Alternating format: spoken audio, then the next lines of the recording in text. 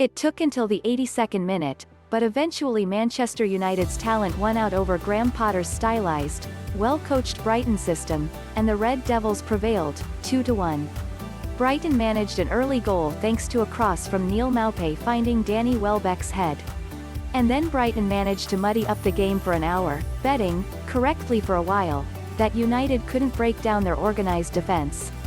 For most of the first half they didn't even bend, let alone break, but shortly after the hour mark Bruno Fernandes created space for Marcus Rashford, and then less than 10 minutes from time he again orchestrated an attack, one which ended in a Mason Greenwood header.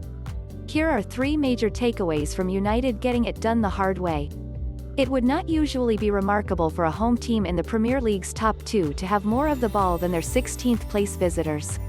But Brighton are not a normal 16th place side. Coming into the match they averaged 51% of the ball, the 9th most in the league. United, as one of the top couple of Premier League sides, unsurprisingly averaged 55.8%.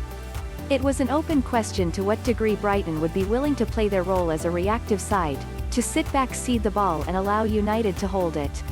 The surprise wasn't necessarily that United did, in fact, control the ball, ending the match with 57.5% possession, but rather that Brighton took so well to a counterattacking role.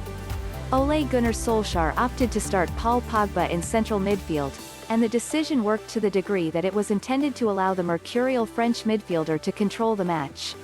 But, deploying Pogba there instead of higher up the pitch where he's often featured this season, meant that United lacked much creativity or punch in the final third. They kept the ball but, as has frequently been the case this season, struggled to turn possession into much attack. A problem which was made worse when Danny Welbeck headed home for Brighton in the 13th minute.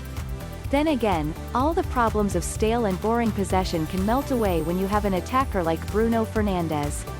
For an hour United's possession afforded them absolutely nothing. Despite trailing they only managed 6 shots to Brighton's 5.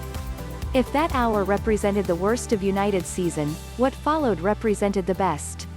First, it was Fernandes popping up in the most classic of 10 areas, receiving the ball centrally at the top of the opposition penalty area and quickly sliding a perfectly weighted pass to assist Marcus Rashford's perfectly executed run and hip-opening far post finish.